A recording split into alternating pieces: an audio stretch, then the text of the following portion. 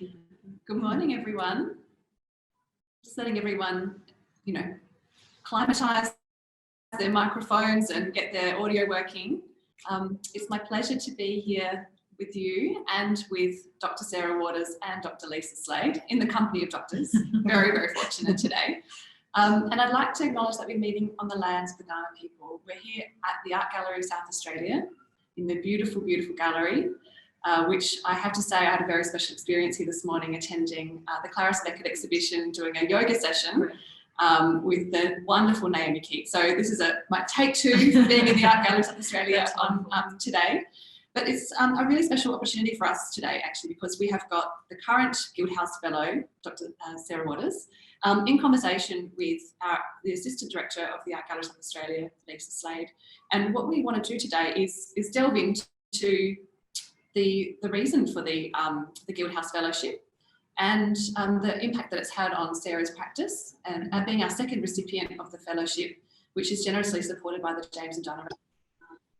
This is a really extraordinary opportunity for people who are considering applying for the fellowship this year in its third year to ask some questions. Before we get into the discussion between Lisa and Sarah, I just wanted to just recap and establish the Guildhouse Fellowship.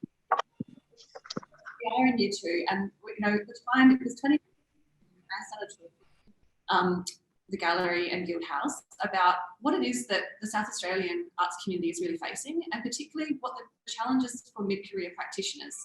It's where we talk about it as when the rubber hits the road. You come out of those early stages of your practice, you have a clear visual language in your practice, you're committed to building your practice, and yet some of the challenges that come up are often about how do I make this sustainable? How do I build those networks and those opportunities, not just in South Australia, but nationally and internationally? How am I consolidating my practice? And there's a big question around financial stability and sustainability too.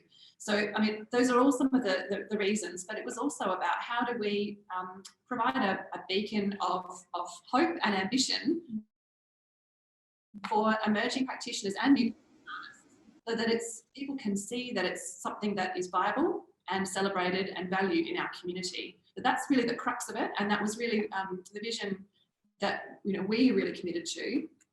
And of course, the presentation outcome at the Art Gallery of South Australia is a big part of that. But the James and Diana Ramsay Foundation really recognised that and saw that as an important contribution to supporting artistic excellence and ambition in South Australia. So that in the context of the Ramsay Art Prize and a whole range of other very important initiatives that the foundation supports, this is one particularly vital opportunity for South Australian mid-career writers that we want to see grow. And so on that note, I might hand over to the two of you to have a little bit of a chat. Great. And thank you for joining us. Thank you. Thanks, Emma. Hi, everyone. We're sitting here, we found a quiet spot. Well, it's kind of quiet, it's not that quiet. As quiet as we can find at the Art Gallery today. The Clarice Beckett show, which has been very popular, is just happening outside. There's a bit of noise out there. We found a room just off from the main area, and so it wouldn't surprise me if at any time somebody walks in, people just saying, so be prepared to be interrupted. I too want to acknowledge that we're on Kaurna country, and I also want to acknowledge the incredible work that's behind us, because I think we look pretty spectacular in front of this work, I must say. Yeah. A massive thanks to the incredible Binjara women who are part of the Spinifex collaborative or collective who work in Junjunjara, just over the WA border. So they're a group of artists that we've worked with here a number of times who actually have South Australian origins as much as states matter or not. But because of the Maralinga testing, were pushed off country. So this is a really powerful painting here, which speaks to me of dislocation, but also the ongoing commitment and connection to country. And this is a women's collaborative, so highly appropriate that the three of us are sitting in front of a women's collaborative to talk about this opportunity. Can I just start by kind of chiming, really reiterating Emma's words about the foundation, the James and Diana Ramsay Foundation. I always think it's really interesting to think about who's supporting various initiatives in preparing your application. I think it's actually pivotal to really think about who it is providing the level of support and what their interests are. And Emma's already mentioned the Ramsay Art Prize in memory of James and Diana Ramsay. They support our children's program here at the gallery. They also support our studio, but they also support Restless Dance. They support music in South Australia. They have an incredible commitment to providing ongoing support for art forms in this state. I mean, in fact, they're not rivaled by any other foundation or benefactor. So I think it's just worth sometimes thinking about what the Ramsay Foundation, why they came to us, why we went to them, why they decided to carve out a unique space. And I think what they did, and Emma, correct me if I'm wrong, but I recall us saying to them, well, look, we really think there's an opportunity to not just support artists that are coming out of study or artists who are already established and have national opportunities, but look to the centre, look to the middle where artists are potentially kind of not plateauing in their practice, but potentially plateauing in the opportunities, where they might may not have a sufficient kind of leveraging opportunities to take the next step in their practice. And so that was the pitch. That was really the space that this fellowship occupies. It's a fairly unrivaled space, can I say, in some ways tragically, that there really just isn't that level of support for the mid-career community. And I think the scale of South Australia, the relatively small number of opportunities within the state, the imprimatur for artists to work beyond their state, all of those things become the key tangential elements. Now that leads me to the question for Sarah, the first question, and I am hoping that this is actually a question that is on your minds at the moment or on your lips for those of us joining us. What appealed to you and why did you apply? Why this fellowship and why now, I suppose? Yeah, I think, I am really indebted to the Ramsay Foundation for it's not just, financial support for a one-off, it's that ongoingness. And it feels like it's an investment in artists' careers to keep them going. Many artists through different avenues, like you've said. So for me, I feel, I've reached a few different kind of, I guess, cruxes, for want of a better word, in my career. There was one at around the 9-year mark where I just thought, I can't keep doing this. It's costing my family too much. It's costing me too much. I need to go into full-time work. And, just little things come and they keep you going. And I kept going beyond that point. And so last year when I applied, I was at the, makes me sound old, but almost at the 20-year point. And I've, like many people, had many roles in my career. So writing and teaching and, retail. I've done, my share of lots of different roles, sitting on different committees and boards. And I just thought, if I don't make a decision to commit all my time to my art practice now, I'm never going to do it. It's a now or never moment. So I resigned from the major part of my teaching role. I still do a little bit of teaching and I do lots of workshops and mentoring, but I took away those kind of weekly deadlines that I had with teaching and decided that I was going to invest myself in my art. And one of those was applying for the fellowship and having my fingers crossed. Very fortunate. So great. So we're very glad you did. Yeah. One of the, I wasn't one of the judges actually. It's probably important for me to say that at this point. I have been involved in the fellowship since its inauguration, but I certainly was not one of the judges last time around. So this is a fresh conversation for us. Yes. Sarah comes to this position, with an interesting range of skills, I think, and experiences. And I'm going to throw to a kind of tricky question, perhaps. The word research comes up time and time again. In fact, 20 years ago, it probably entered the university sector as a word that could describe the arts. And everyone went, well, what does research look like in the arts? How do we do research? Maybe it was 25 years ago. How do we do research? What does it look like? How can you have a PhD as a painter? There are all of those kind of questions happening 25 to 30 years ago. The word research comes up in the fine grain of thinking about the fellowship because it is not a fellowship driven by presentation outcome. And we'll talk more a little bit about that in a while. But I want to unpack the research thing first because I'm thinking and hoping that it's on your minds, this question of, well, what does research look like in terms of your practice? Each of you will come up with a different answer, but I'm very curious about Sarah's, particularly because of the intersections with her own scholarly research, I suppose. Yeah. and what that kind of means right now for you. What does research and the Ramsay look like?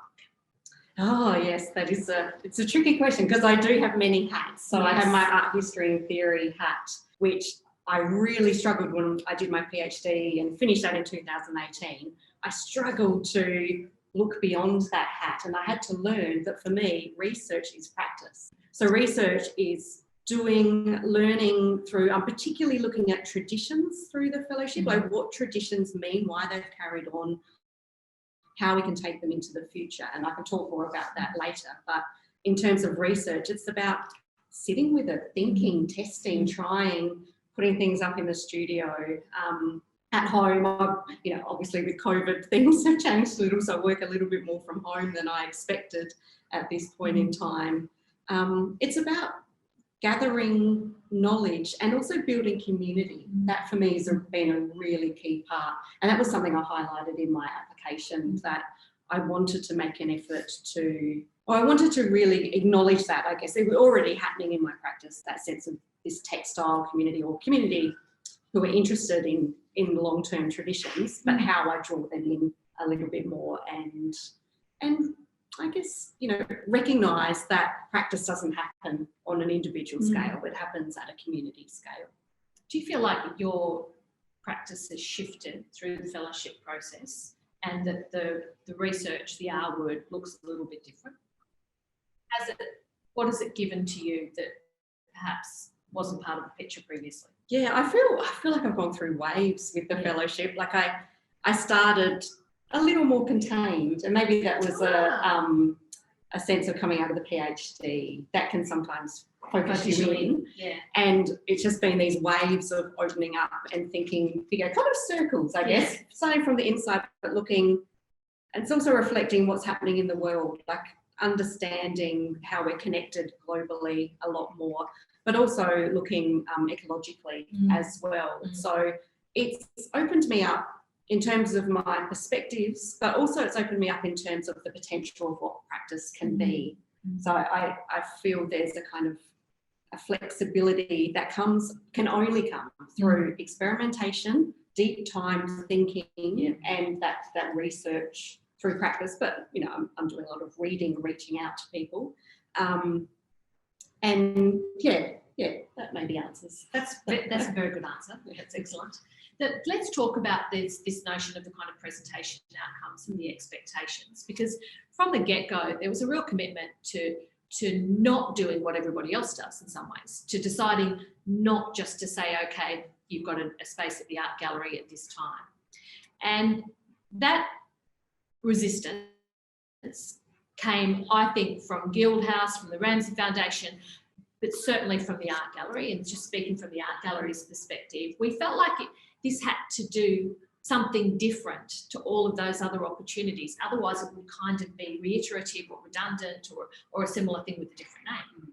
So just to give those people listening a sense of how open-ended the process is, we wouldn't be at all opposed to the idea that there'd be a presentation outcome as a performance, as a series of workshops, as a public manifestation on the front forecourt of the gallery. I mean, there's nothing off the table, I suppose.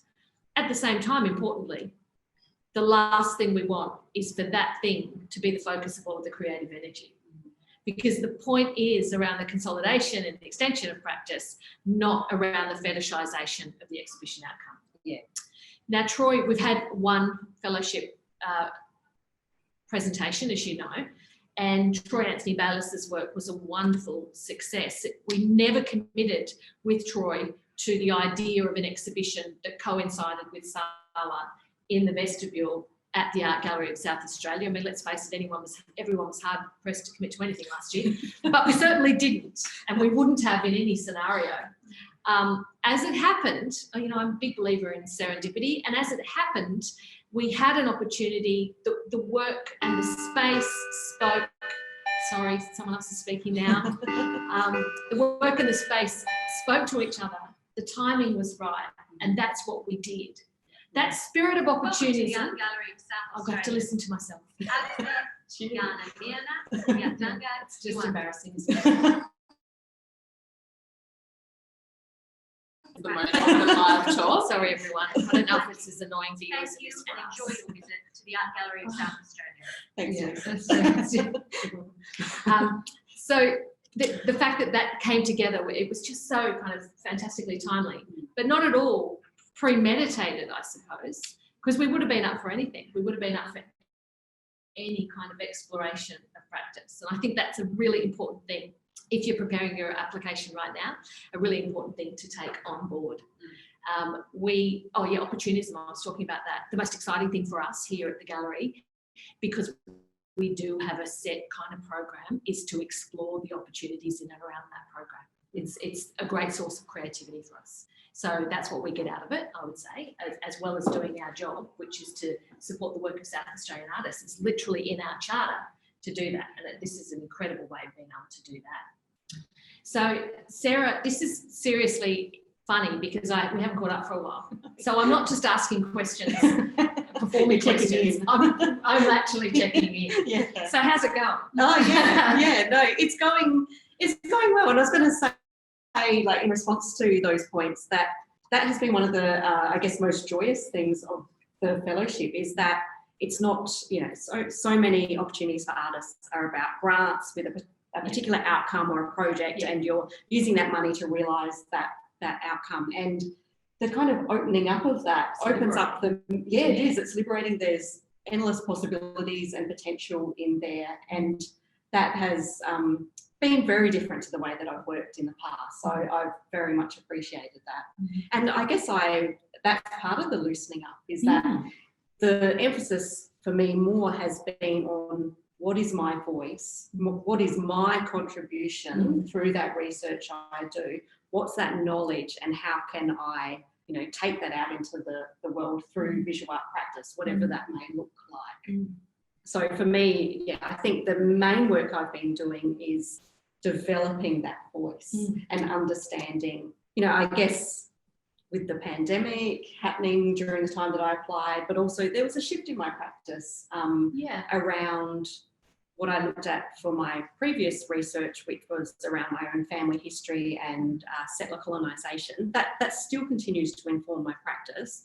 But now, we're looking to a more threatened future climate-wise. And so I'm looking at traditions and thinking, how can we bring that knowledge from the past, harness that knowledge, but set it off in new ways to create a more livable future? Yeah, a future.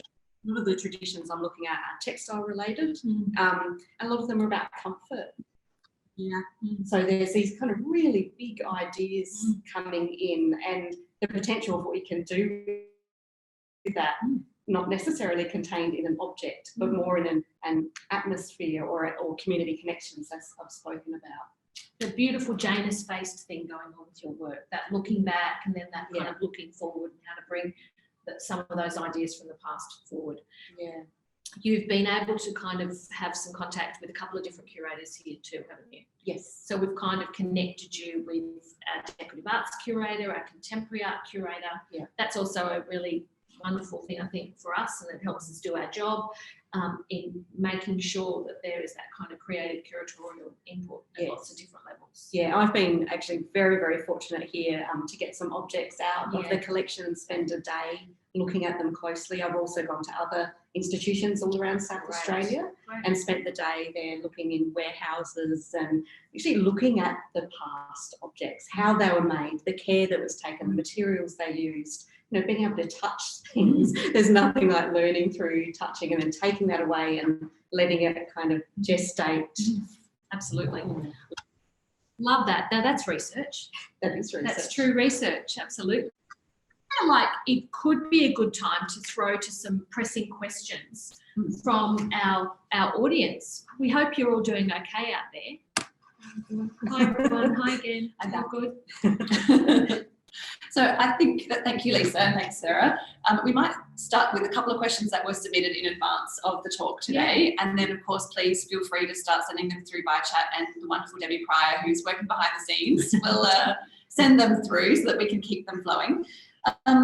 one of the things that, if I can start and be very cheeky by asking a question from me, was as you were talking, I guess it would be wonderful if you wouldn't mind elaborating on some of the unexpected opportunities that have kind of emerged from the process of the fellowship itself. And not necessarily isn't always tied exactly to the fellowship, but what has that space given you? What are some of the things that have flowed into your orbit?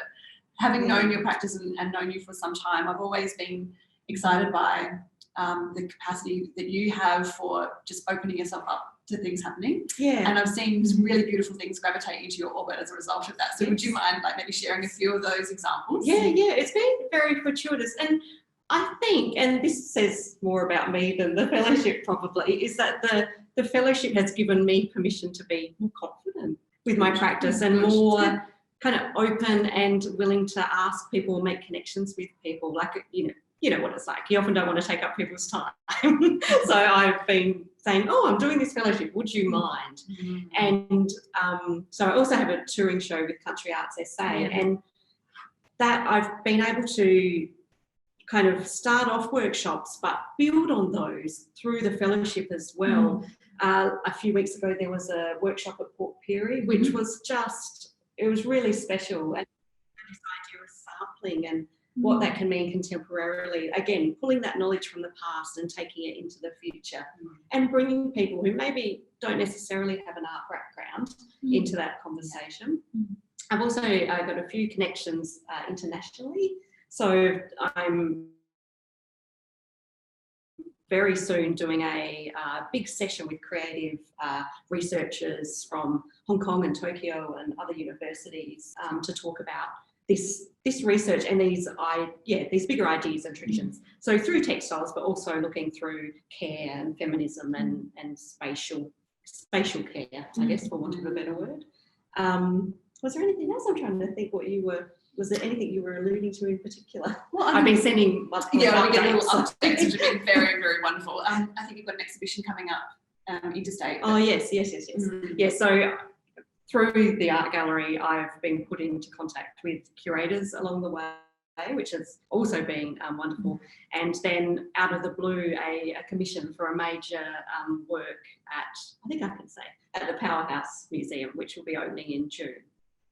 So that was great. Yeah, and that came, I think, from pieces of writing about the fellowship that were in national publications. And so, as it is in the arts, one thing leads to the next thing, leads to the next thing. So in saying all of that, my practice, the reason I applied for the fellowship is that I have been practicing for a very long time, and I've had a lot of exhibitions in South Australia, for which I'm very grateful, but I've found it very hard to break through to interstate opportunities. So for me, that was, I guess, a frontier that I wanted to spend some time working towards, and all of these things have built up. You start with small things and they build up into larger things. So it's exciting. Thank you. Thanks for you. making that. No, That's a great point. And I think that point about kind of critical writing, we've talked about curators and the role that curators can play, but I think there's a really critical role that writers can play. And what we decided to do with working closely with Troy Anthony Bayliss and Lee Robb from our team doing that was to invite Daniel Muddy Cunningham, who had curated Troy's work into the National, for the very reasons that Sarah's just mentioned. It was really an opportunity to amplify the national resonances in his practice and the opportunities for those. It's almost the opposite, though, of what will happen with your practice, because in a way that work kind of came from there back home, and your work's going to come from home and go out there. But what are the role of writers? What are and you're a writer yourself, how does criticism and art history play a role in renegotiating pathways, professional pathways for artists? And how can we do our job together, Guildhouse and the Art Gallery of South Australia, in getting as many artists out there on the national stage as possible? Really exciting. Yeah, and artists who, I have this kind of, want to show interstate more, but I'm proudly South Australian as well. Like, I am based here in South Australia. My studio is here, and a lot of my work is relating to South Australia. So I think that's important too. That's really important, because the last thing we want is to create a kind of diaspora from here. Yeah. I mean, in fact, the very point, and I think Ramsay Foundation would absolutely underscore this, is that it has to be from and of here in order to do its job. Right. Which is great. Thank you. And I think that one of the specific questions that I'm not surprised has come up, and this is sometimes quite practical, but it's sort of it can be at a very practical level, but also at a higher level question as well, as what advice do you, being a sort of a successful Guildhouse Fellow, what advice do you have for those who are considering applying? And so maybe if you could think about in your answer, think about your reflections on where you're at in your practice. And as you said, there was something very timely about the way that you wrote your application, so I encourage you to speak about that. But also if there's some other specific advice that you have around application, what you suggest people can convey, and we'll also combine around the application that are going to really help to be kind of compelling and cut through. Yeah, I think because I came to the last session. Was it helpful? It was very helpful. And the thing that I most took away from it was to talk about what my voice is in what I can add through my voice as an artist. And I think being mid-career, you've been through that kind of trying to discover who you are, and you know what your voice is, or you know the rough parameter of it at least. And I really emphasised that. It was a great chance for me to look back at what I had done over many years, but also the kind of gaps and where I wanted to build. And I used those gaps to build up the application around. Another thing was, it was great for me. That's such a really good point. Yeah. So identify what's burning for you. That's right. What you haven't had a chance to do. Chance to do. Yeah. Sorry. No, good. And I had two very strong reference letters from somebody who knew my research very well and intimately, and could talk very specifically about what it is that I do that maybe other artists don't do, what my focus is, and another reference letter from someone who could position what I do at a bigger focus. So she brought an international lens, and someone I've worked with who had said to me that she hadn't seen anybody operating like that in the UK. So I think for me, that was kind of a revelation to me, which then I could then feed back into my application, because it's hard to see what you do outside of your own. And I think I'm so glad you mentioned referees, because I can't emphasise that enough. I think for you, as you said, it gives you a different practice, and it gives you a particular maybe a lens to think about how you might convey your application. But for the panel, it gives us a chance to see how you are contextualising your work. And I will say that it's really quite obvious when someone's writing a letter because you've asked them to, but not because they're genuinely connected to your practice. So think carefully about that. Give them time to write a thoughtful letter, because choose well. Yeah, so I mean, not to overemphasise it, but I do think it makes an enormous difference. Some other practical things: have some of your best images. Think about how you want the panel to see your work, the trajectory of your practice, even if you're someone who works in a diverse way, work with different art forms or materials, and the forms themselves might express themselves very differently.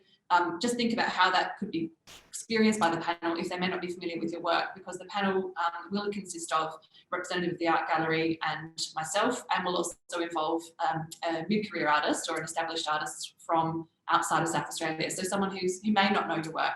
So that it's really important that we're not making assumptions about people knowing or having preconceived ideas or notions about your work and your practice trajectory. Great point. Don't feel like you have to imagine how we're going to present your work. I know I've talked about that already, but don't feel like you need to do that job for us, or even to hypothesise about what that could look like. And don't feel like, while the collection is important for Sarah, always has been, that is by no means an imperative. In fact, for Troy's practice, it didn't become an issue for his practice at all, and there wasn't any of that collection engagement. So that's certainly, if that's on your list of things that you have to tick off, put a line through it, because certainly it's not something we're looking for at all.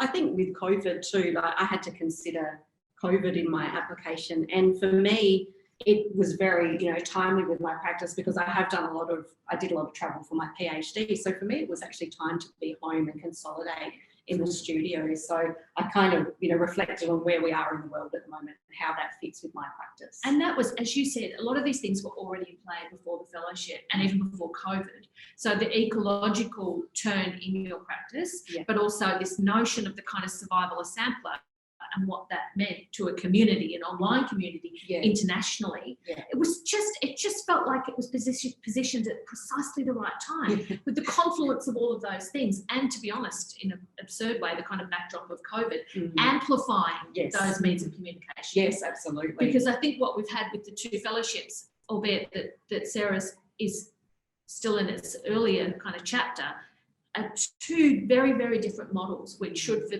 those of you tuning in, give you a sense of the real potential and hope in this initiative. Because in one instance, it was an artist who was set up to travel, knew exactly what he was looking for. Travel was really important, brought those ideas, existing ideas home. And for another, for Sarah, it's about being here right now, connecting with this community, with this online community, to James-faced moment of thinking about a practice which is founded in investigation of the past in order to ensure a future. So it's exciting that we can't wait for the third, because can you imagine what that's going to do? Yeah, absolutely. And I think that, yeah, just to reiterate that, I think this isn't a project application. I think you spoke to this really beautifully, Sarah, that that's so much of what we're conditioned to do in the arts sector, and as artists particularly, that it's, I've got this idea, this specific, and everything is in the detail. Actually, what this is about is you and your practice, and that can be really challenging to write about. I know it is, and so, have a few people who might be your peer reviewers that you speak to for some advice. Don't hesitate to reach out to the Guildhouse team. We've made sure that there's some breathing room in the process to enable people to do that research and self-reflection and to have conversations with us. The applications themselves close on the 14th of June at 9 a.m. So, we're here in the late stages of April. We've got good 6 weeks to go. And so make the use of that time. Don't put it off. This is not an application you want to be writing 24 hours before it's due, although we're all guilty of submitting things at the last minute, but just bear that in mind, because this is about you, the person, the artist, the professional. That takes time to let that sit, doesn't it? And I think I took probably 8 weeks, but I was thinking about it prior to the application call out as well. So because I feel like it was if you think about your career as a whole, there's room in that application to reflect upon where you've been and where you want to go. So you're thinking big picture. You're not thinking one project for this. And I guess also, I know I've said in one of our meetings before, Lisa, that, for me also it's been a lot of artists, particularly mid-career, maybe you can get into a comfortable zone where you know what you're doing, you can make and make and make. And this for me has been quite uncomfortable. Because I'm forging new ground and I'm kind of rebuilding those scaffolds in my head, and that's been hard. It's been challenging, but I wouldn't have been able to do it without support of a fellowship to have that time to think like that. So it's a new chapter. So good. And we know that grant applications, because we all do them, can be onerous and arduous. But I also think even when you're unsuccessful, the gift that they've given you to make you stop and think critically about your practice is one that will actually impact on your practice regardless. Yeah, absolutely. That time of self-reflection and envisaging, as you say, where some of those gaps might be, where some of those things are that you want to spend time focusing on. And there are other Guildhouse initiatives that potentially could be a fit. And certainly there are other initiatives offered by the state government of South Australia, but also Australia Council for the Arts that could be potentially there. So that investment in this process is not lost. I'm just looking at some other questions and making sure that we've covered off on people's thoughtful contributions. There was a question here, Sarah, and I know you've spent quite a bit of time talking about your process once you gain an opportunity such as this one. You just talked then, I think you just touched on something really interesting about building new scaffolding and really stretching yourself. What kind of, have you brought some new discipline into your practice, given that this has created a different sort of space for you? How have you enabled that to happen? Because discomfort is usually something we shy away from, let's be honest. Yes.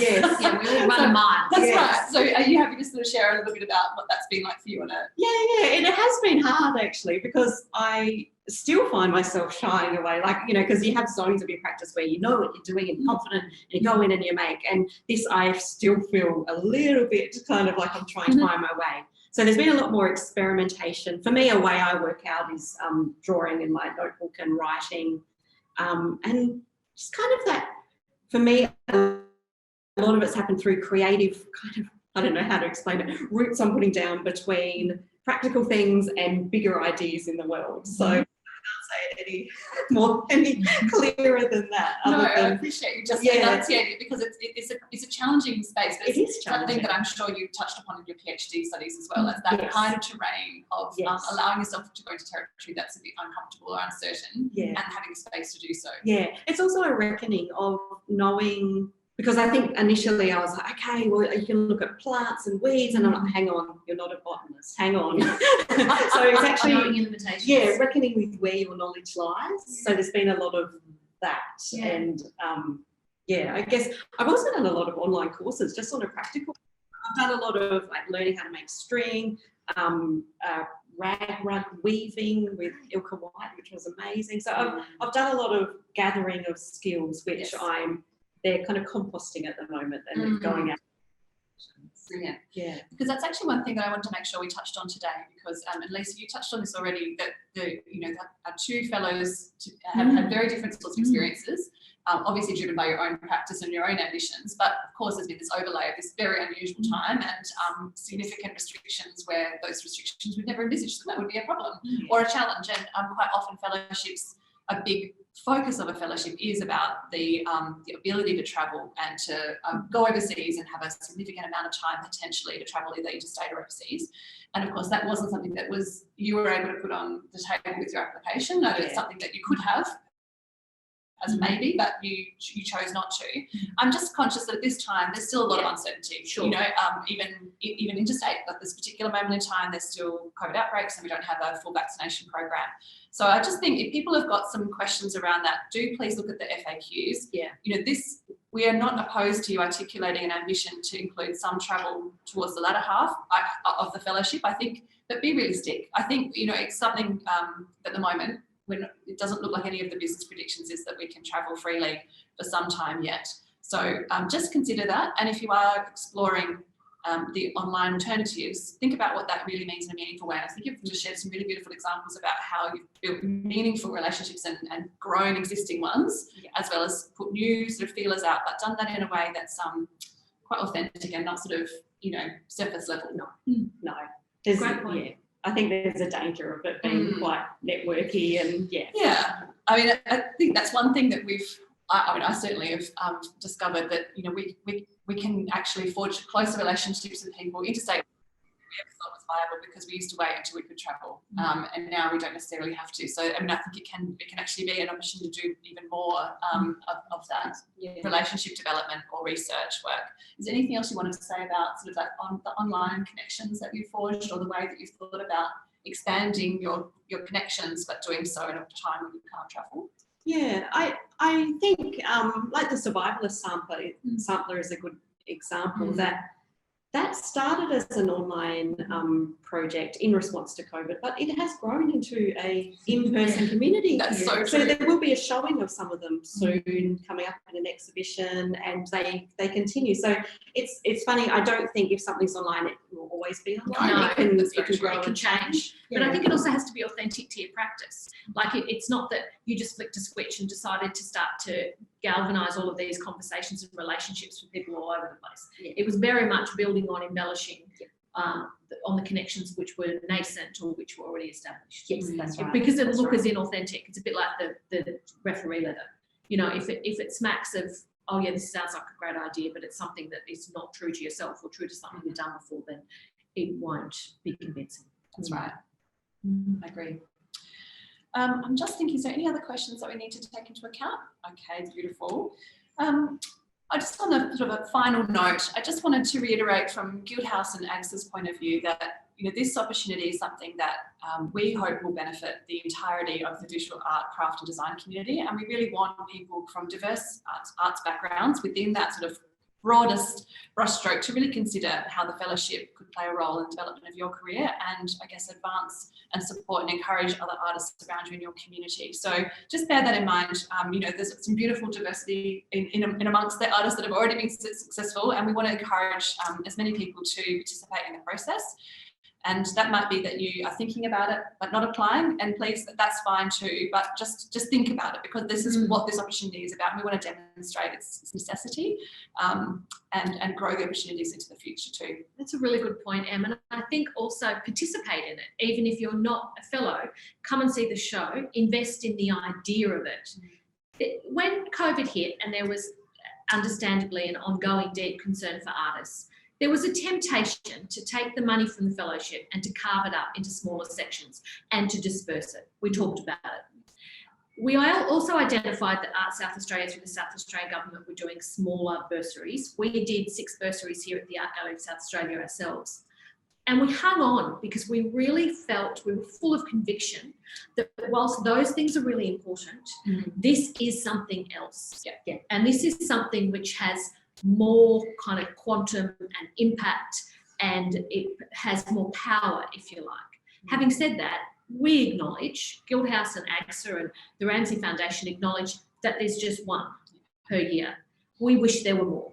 So if you know anybody out there, but I think it's just an important point to make that we could have just kind of, ended up casting $5,000 kind of donations into the space, but it needed, this is about something which is catalytic. Yeah, It is. it is. And substantial in the space that it affords. Yeah. And from an artist perspective, who's had a few grants that are of smaller, Yeah. they're very important and they let you see projects through. But big opportunities like this, with money to support you, to live, to make your work and to have that deep thinking, they're life changing or career changing. Yeah. I feel like I'm at a step and it's going out from there. So it's great. Yeah. And that's precisely what this is all about. So thank you for sharing that so beautifully with everyone. Thank you, Lisa. Thank Thank you, you. Sarah. And what we'll do is I just want to, again, extend the invitation to reach out to Guildhouse for some advice or to touch base with us as you're preparing your application. Debbie is making herself available through some sessions you can book into to ask questions. So don't be afraid that, if you've got a question, everyone else has got the same question probably. So just jump in and participate. That's what the sessions are there for. We want to make sure you feel supported and that you have the most likelihood of success in this whole process. That's the aim of the game for all of us. So thank you for coming. Thank you for watching. And we look forward to speaking with you again soon. Thank you. Bye, everyone. Thanks. Thanks, everyone.